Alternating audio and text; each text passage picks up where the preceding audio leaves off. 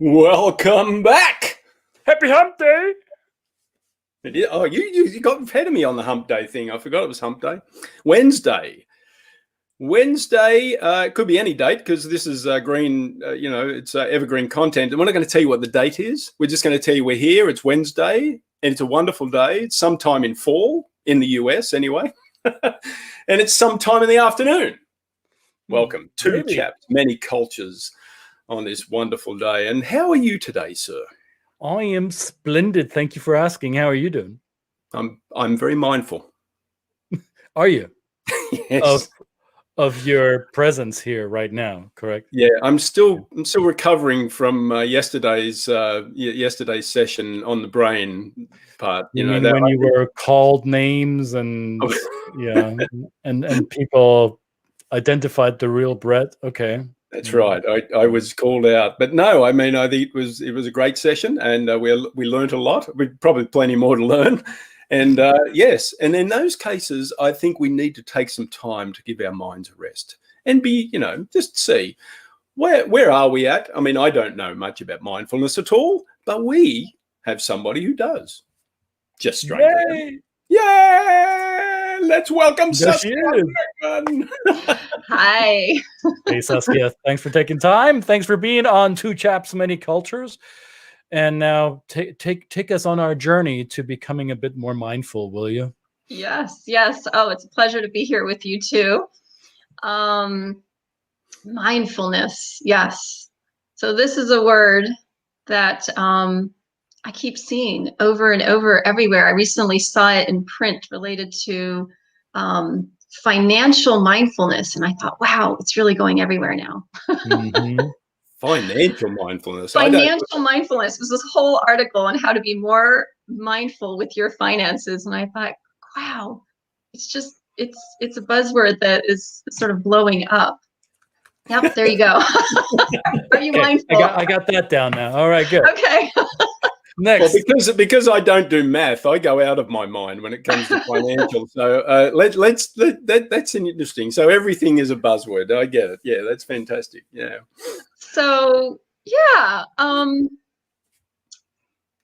what does mindful mean to you guys? Brett. Well, mindful, I mean, before it became a buzzword, I thought that mindfulness was really a self-reflection, a sense of quietness, to be able to, would read your mind be a statement? I mean, to get to be in touch with what your mind is thinking and what it's processing. That's how I would say it. Yeah. Okay. Yeah. To me, mindfulness means being present with the moment, or being present with myself in the very moment, which is, to me at least, not an easy practice because of all the 21st century distractions that pull me away from being in the very moment because my mind's racing in all possible directions. So pulling myself back into the current moment, at least that's how I've been interpreting the term mindfulness. Okay, well, and I think both of you are touching on key pieces of, being present and related to the mind. And I ask you this question because everyone I meet nowadays, I just ask, what does mindfulness mean to you? Because it is a word that people are hearing more and more. And I really believe there's not, as with many words, one concrete definition. I'll start with my 8-year-old's definition. I asked her what mindfulness means because I'm a true believer. Kids know best, right? They get it. And so she looked at me one day and said, it's your mind full of ness. And I looked at her and I was like, well, what does ness mean? She was like, nothing, mommy, nothing. It's your mind full of nothing. I was like, okay, all right, you're onto something. So I asked a bunch of her friends, and at one point I wrote it down. I just got on this little research of what are 8-year-olds or kids of that age thinking, and it was a slew of things. But it was really interesting because even they at 8 are hearing this word. Not just my daughter who hears me talk about it, but kids in her class, kids in her grade.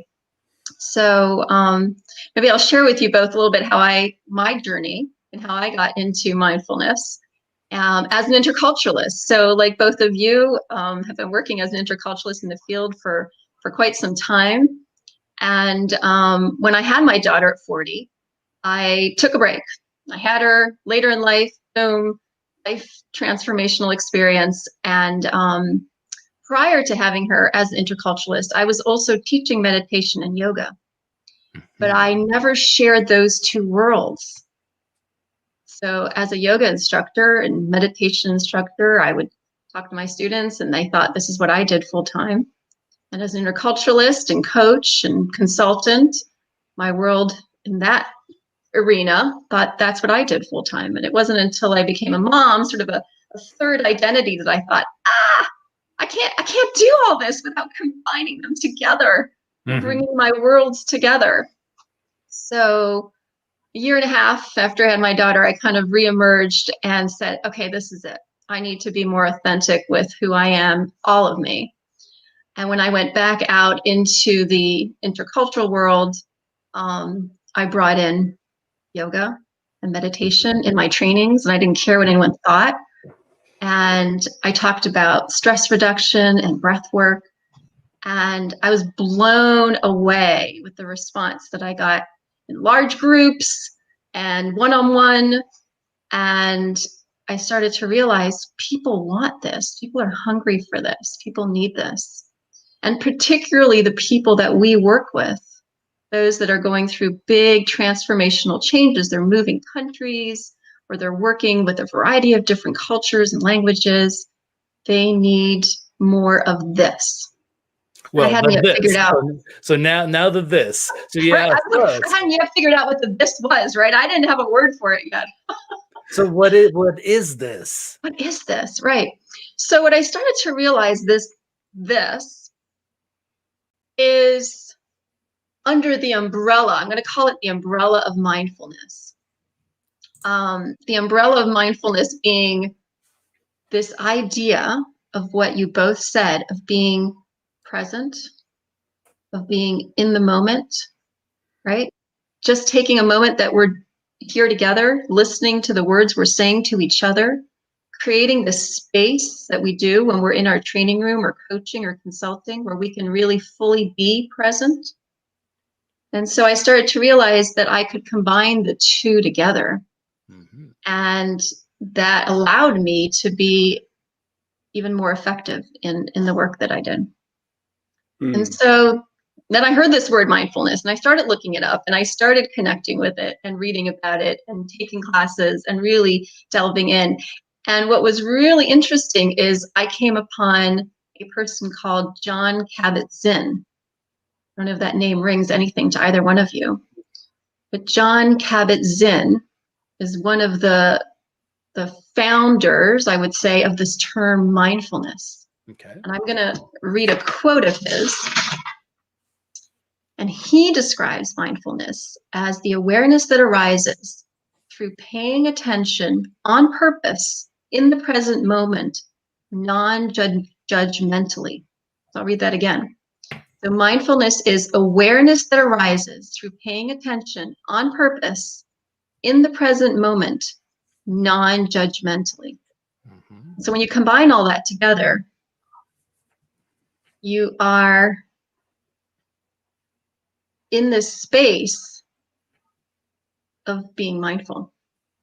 And so he brought this from ancient practices that have been around for centuries and centuries from outside of this country.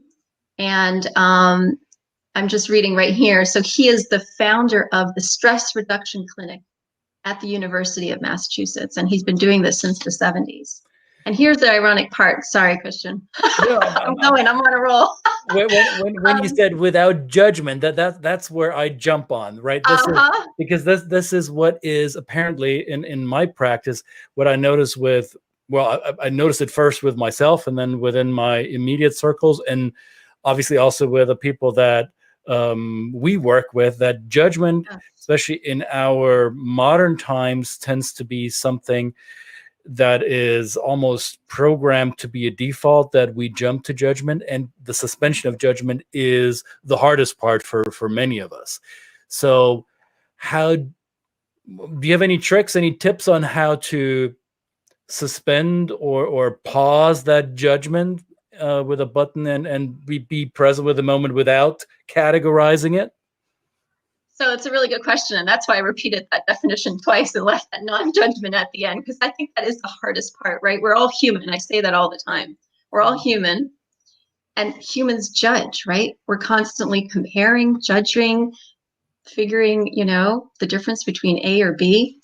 And so from my experience, and that's all I can go by, that withholding that judgment comes with practice.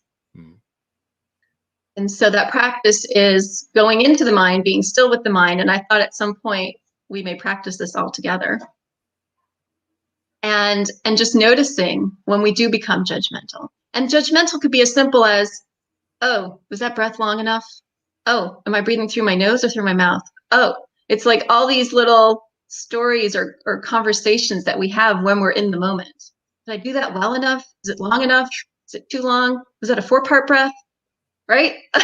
As you start doing this. But I just wanted to share something about 𝙏𝙬𝙤 𝘾𝙪𝙡𝙪, because this was really an amazing story. Without realizing it, I met him before he was the 𝙏𝙬𝙤 𝘾𝙪𝙡𝙪. Now, he's been the 𝙏𝙬𝙤 𝘾𝙪𝙡𝙪 forever, but I met him in the 90s, early 90s, at a friend's home, having no idea who he was. He just happened to be a friend of a friend.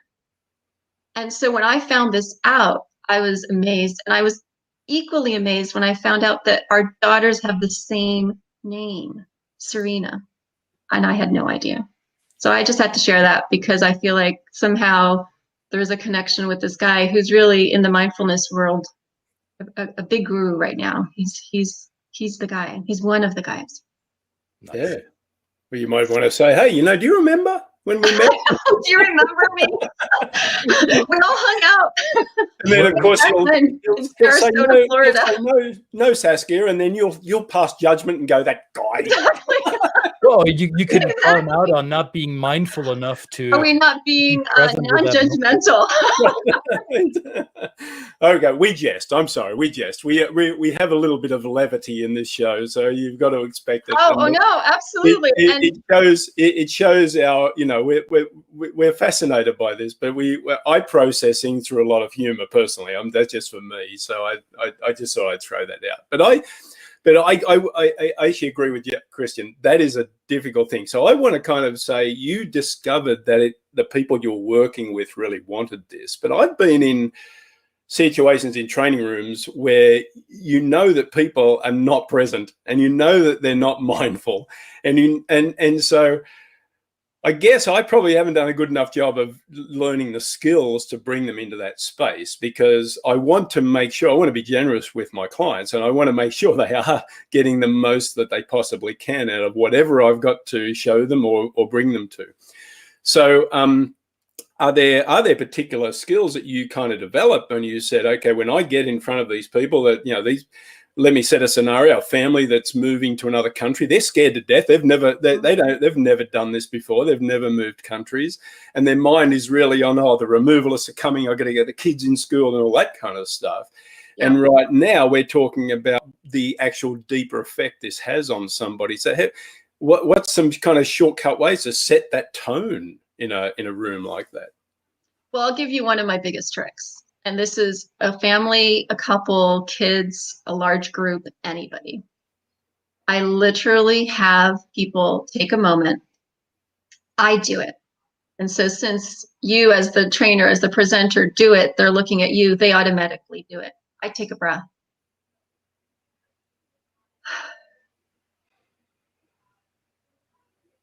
It can be big, it can be small.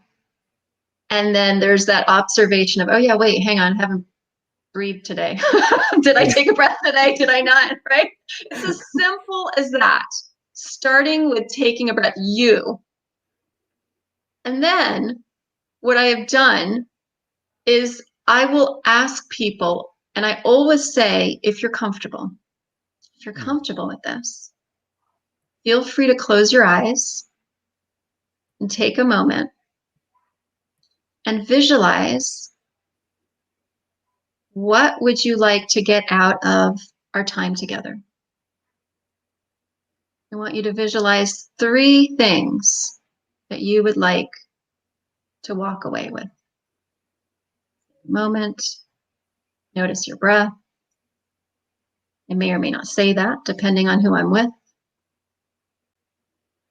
95, 97% of the people feel comfortable closing their eyes doing this. A lot may peak.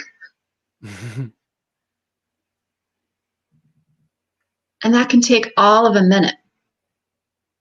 45 seconds. And then I have them write it down. Okay, I think the writing down part is the magic.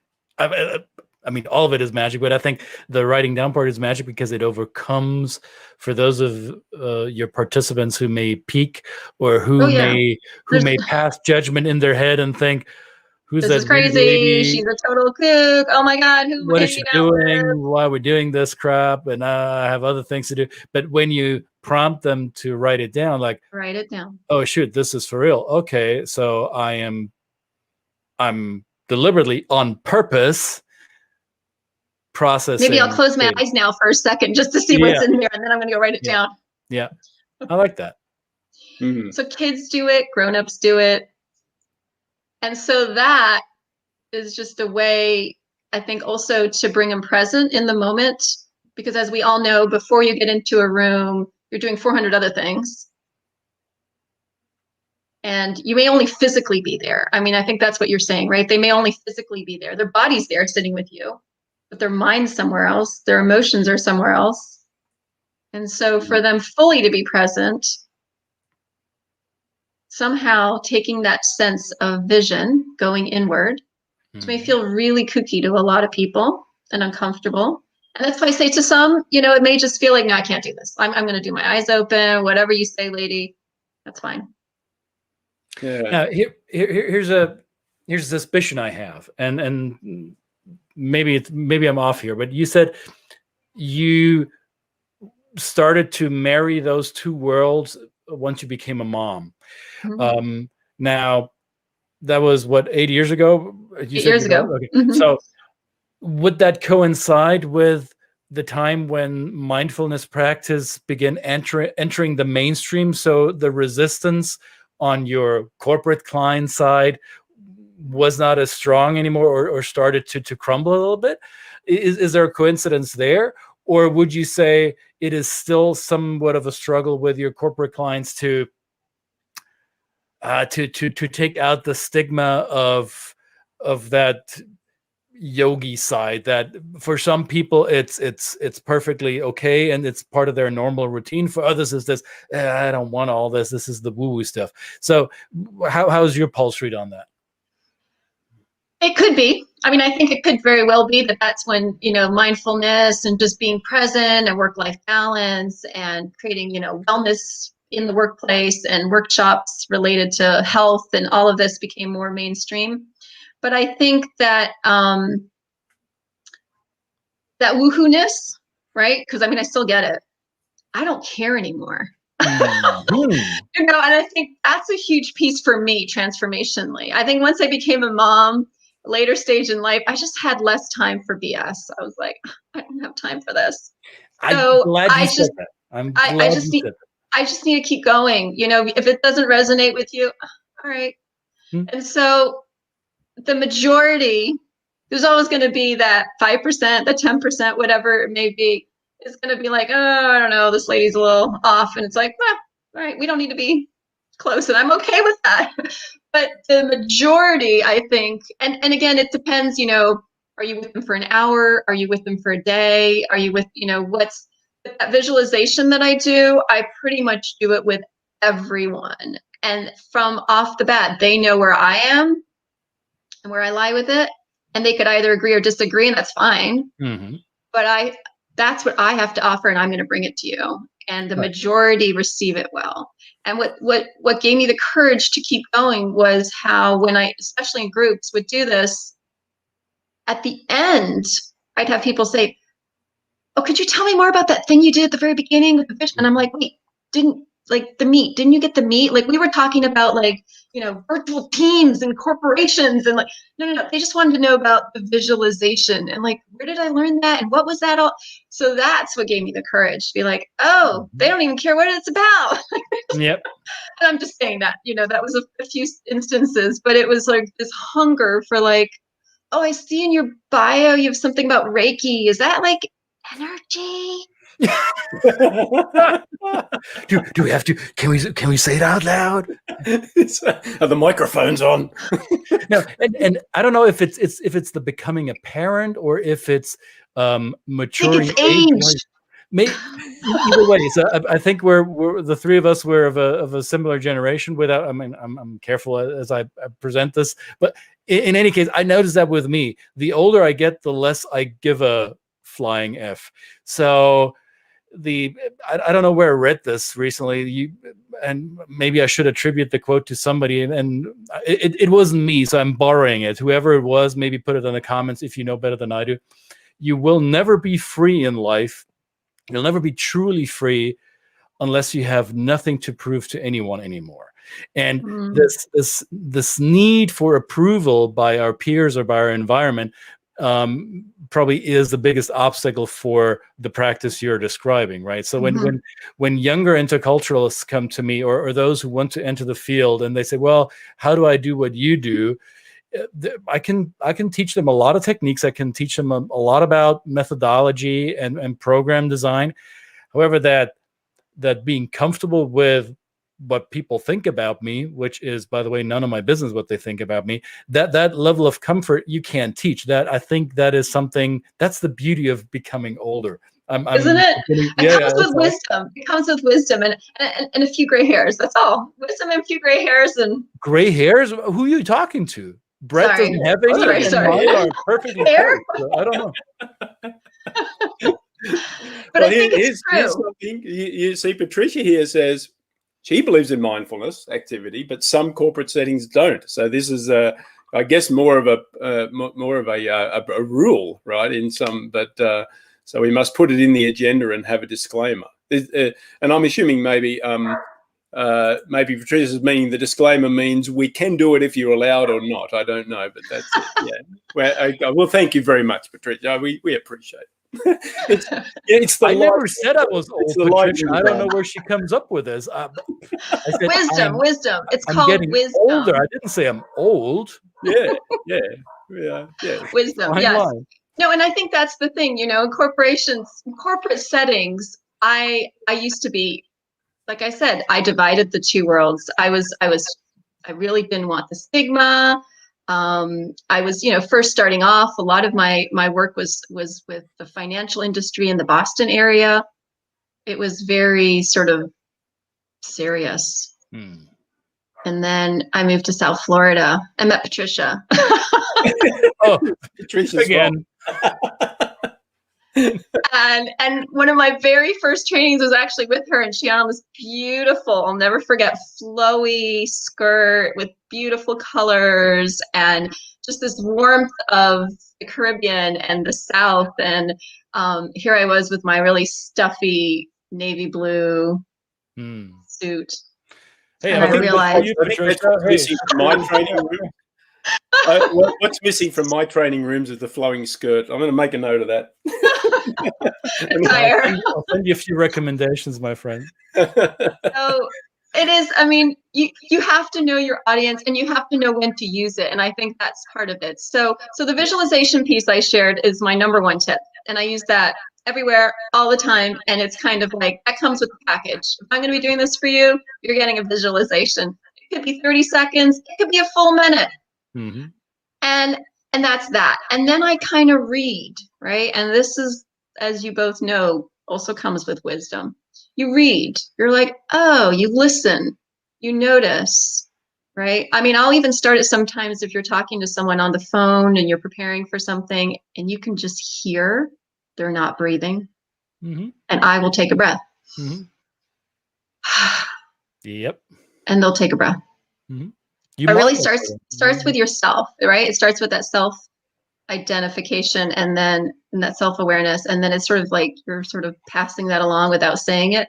But then I'll bring it up, like you were describing this family that's stressed, that has their kids, and now there's COVID. We haven't even brought that into the topic yet, but like now there's a whole other level of stress that everyone's dealing with. And the families I've been working with recently, the stress level has just been unbelievable. And so I tend to bring it up early on, and I will use, like, what do you do when things get really stressful, and just how do you manage that? And so then we can either jump right into a deeper conversation if they're open to it, or, oh, I'm not stressed. No, what are you talking about? I have no idea what you're talking about.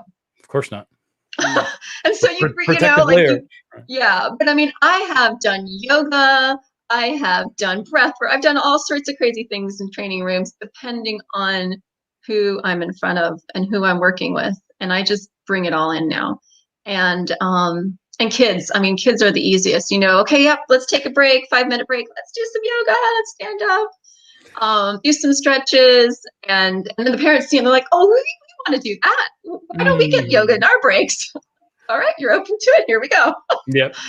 I often, I was going to ask about children, because I know that with my daughter, I downloaded the Headspace app, and there's actually a whole section in that for kids. Yeah. And I thought to myself, oh, she'll probably think Dad's nuts, but every night, Dad, can I listen to Headspace again?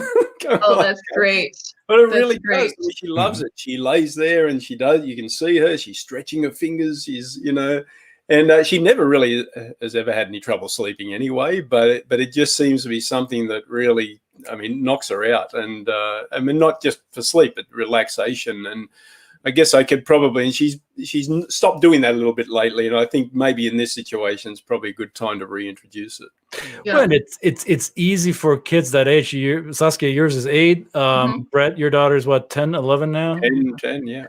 So I think when they hit the preteen, here's the wise dad giving us some wisdom of teenagers. Parental wisdom. Once they reach that teenage age where the judgment kicks in, the peer judgment kicks in and takes over, they slowly but surely begin not to be as uninhibited as they were when they were younger, right? So we're all born perfect, and then our parents mess us up, or it's the environment, whatever. So it's being playful like that, and rediscovering the trapped child within us that has been conditioned to not do this or do that. That is something that can be very liberating. And I mean, I don't want to put it that way. I don't want to put that on you, Saskia, but what I sometimes do with training participants, especially if they're this navy blue, Bostonite financial people who are very structured, then I make it my main job to make them uncomfortable. Mm-hmm. Oh yeah, isn't that fun? Oh well, yeah, to a certain level, right? So I put them into an awkwardness, and then I take out the pressure a little bit. And say, okay, so how did that feel? Was that weird? Yeah, and here's how it was weird. It was weird for me too, and then we can talk about it. So love it. Yep, that comes with wisdom, and it's always with kindness. But yes, you kind of sometimes get a little jolly out of that discomfort. And I often will say, you don't have to like me, but it is kind of my job to guide you through this. So here we go. This is what we're gonna do. Yep. None of you have to like me. You don't have to like me. I don't care if you like me. I love that your daughter is into that, and I think it's Patricia just wrote lead by example, and she knows. I've been teaching yoga for doing meditation almost around the same time, so about 17 years, and so my daughter, I taught yoga and led workshops and did all of that until 2 weeks before she was born.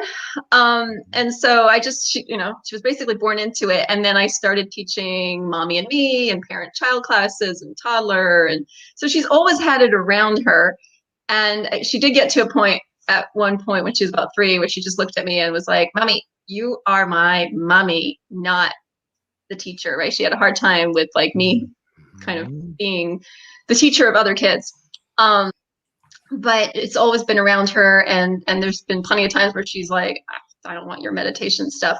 But I always have something on. Like this morning, we were listening to a friend. Every Wednesday morning, a friend does a 15-minute meditation. I put it on at the breakfast table, and sometimes my husband rolls his eyes. Sometimes my daughter rolls his eyes, but it's there. And so we listened to it this morning, and after, she's like, "Could we do another one of those? That was really good." Mm-hmm. And like what she was doing this particular meditation outside under a tree. And so I was like, okay, let's find something outside. And so it's just kind of starting, and here we're sort of diverging to the youth. But, I think the next generations, we're in that generation where it's starting to be more accepted. Like you were saying, Christian, maybe it was 8 years ago, maybe it coincided with when I had my daughter, maybe it was kind of this, I'm a mom. I have so little time that I'm just going to do my thing. And if you don't want it, too bad.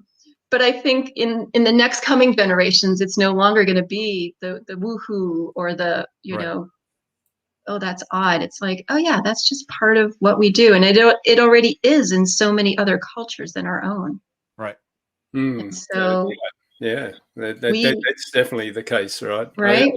I was going to, we could assume that we might be presented with a preconception if we find ourselves in the room with somebody from a culture that we perceive is going to be like that, and then perhaps they're not like that, So right. we should be open to doing it with everybody. So you conduct workshops and things like that. I know you've got one coming up, but. So when you teach these workshops, are these the kind of training techniques that you teach people, or is it more about their own, or is it a combination of both? It's the kind of what do people expect out of a workshop with Saskia? Well, what I try and do in my workshop, so this coming workshop that I'm doing, it's a 6-week workshop, and it's basically, I call it the mindfulness journey, because I really do feel like it is a journey, right? We all start somewhere, and we don't necessarily all start in the same place, and then we go through a process. And the idea is in the 6 weeks, we meet once a week, and we're able to be together. I will teach a technique, and whether it's a breathing technique, it could be a yoga technique, it could be, I try and do something using sort of the mind, and then something using the body. So I kind of alternate, so we get a little bit of balance, and then have people experience it for a week and practice it for a week and incorporate it into their daily life. Because I think what we find is, with something like mindfulness, whether it be, practicing meditation or doing some yoga in the morning, it's great if you do it once or twice, but the value really lies when you incorporate it into your daily life. Mm-hmm. And then to be able to come back and reflect about it in a group setting and say, hey, this worked, this didn't, how did it feel when you did this? And this was kind of new to me, and this didn't work out. I'm going to try something different next time. To have that sort of safe group to share that with, and then to move on. Mm-hmm. And so what I'm hoping to bring is, in many ways, to normalize it and give people tips and techniques so that they can use it in their everyday life.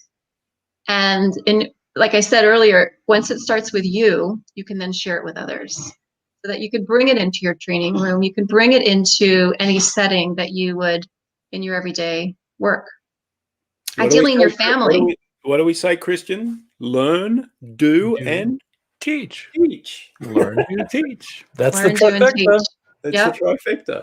Learn, do, and teach. And so that is really what I'm hoping to bring. And part of that for me, my journey, as it's continued, we all, back in March, our whole lives sort of came to a screeching halt for so many of us. And I really was looking for a way to bring some peace into my own life and some stability and balance and grounding.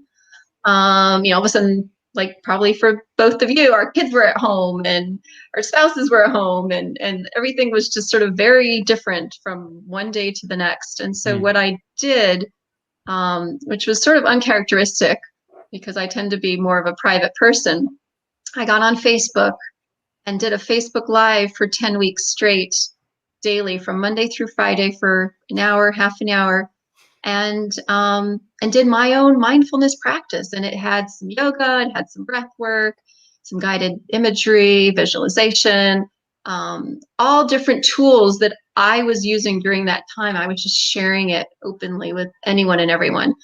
And during those 10 weeks, I just got so much feedback. Like, oh my gosh, tell me more. And I thought, all right, I've got to do something with this. Again, there's a hunger, and that's kind of, I think, the theme that I'm feeling. There's a hunger, there's a need, and that's how these workshops came about. Giving people the tools that we can use every day. That's simple. That's not too woohoo, but you can really just use. And I absolutely want to do one with you guys if you're open to it right now, right here. All right, let's do it. All right. Are both your feet on the ground? Yes, they are. Okay, I know you're. It doesn't matter if you're standing or seated. As long as both your feet are on the ground, you're good. If you're barefoot, bonus, but shoes are okay. Yes. You want me to prove it? What if you've got pajama pants on? Is that okay too? Pajama pants, extra bonus points. I thought you were wearing a skirt now, Brett. Oh well. No. Yeah, sorry. Yes, my flowing skirt. Flowy. See, I like it. You've already taken your glasses off. Since you both have glasses, why don't you both take your glasses off? Because you're not going to need them. Okay. Of course not. All right, great. So, if you're comfortable, close your eyes. Take a deep breath.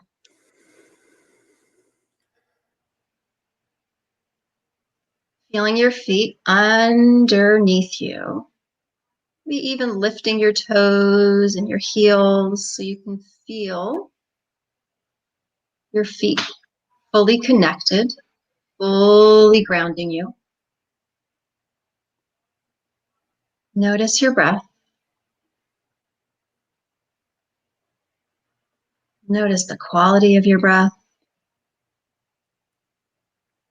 Notice the pace of your breath.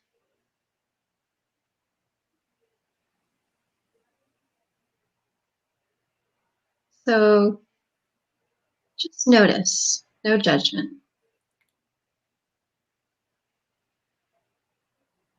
Bringing one hand on your chest, one hand on your belly.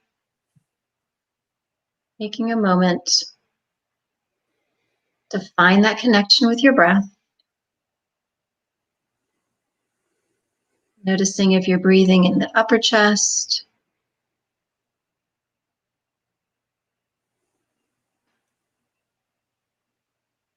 or belly.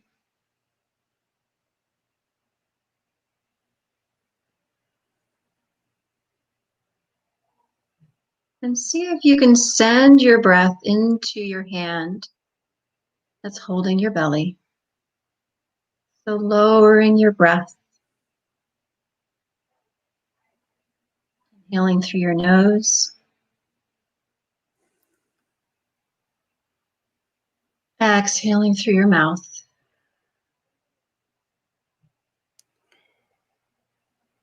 Big, deep inhale into your hand, expanding the belly. Exhaling it out. A couple more breaths here, inhaling and exhaling.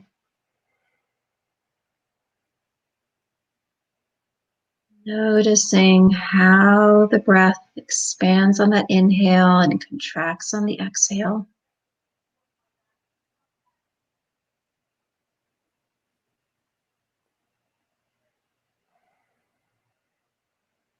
And just releasing your hands, continuing to breathe.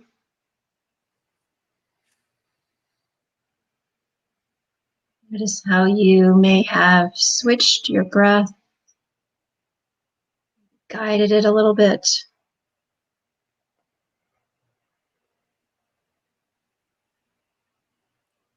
And then letting go of focusing on your breath.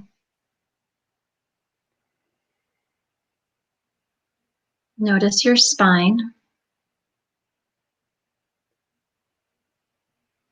Finding length in your spine, whether standing or seated.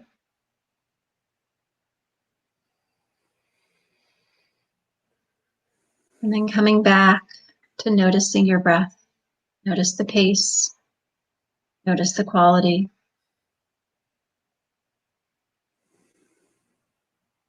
Gently lifting your gaze, opening your eyes, coming back to this space.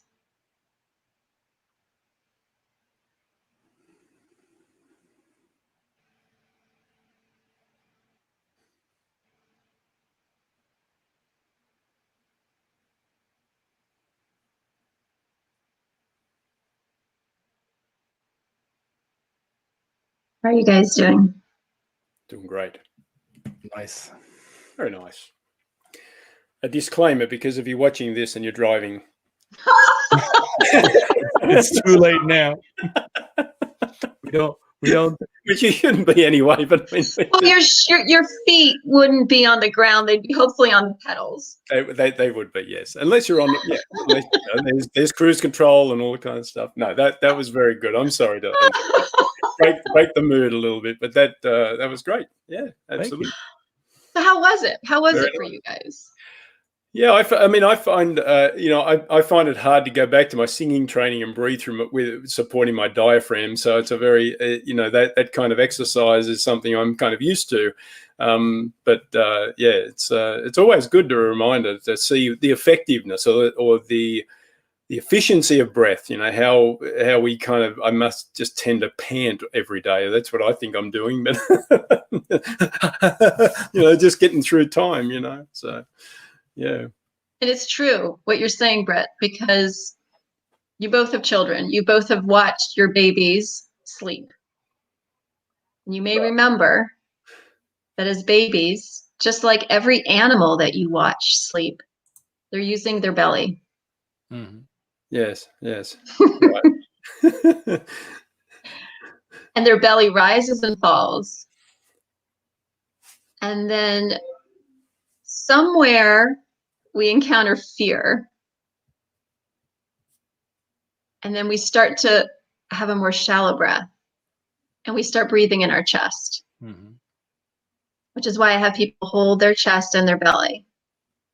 Mm. And most people who are not conscious of their breath realize that they are breathing in their chest. And we all do. I breathe in my chest all the time. I have to tell myself, oh, right. It's like just that reminder. And we do that often when we're rushed, we're panicked, we're needing to get something done, and we're very directed. And so I'm gonna leave you with something to ponder. Start to notice, when are you breathing in the chest, and when are you breathing in your belly? Excellent. Very good. I like this. How about you, Christian? How was it?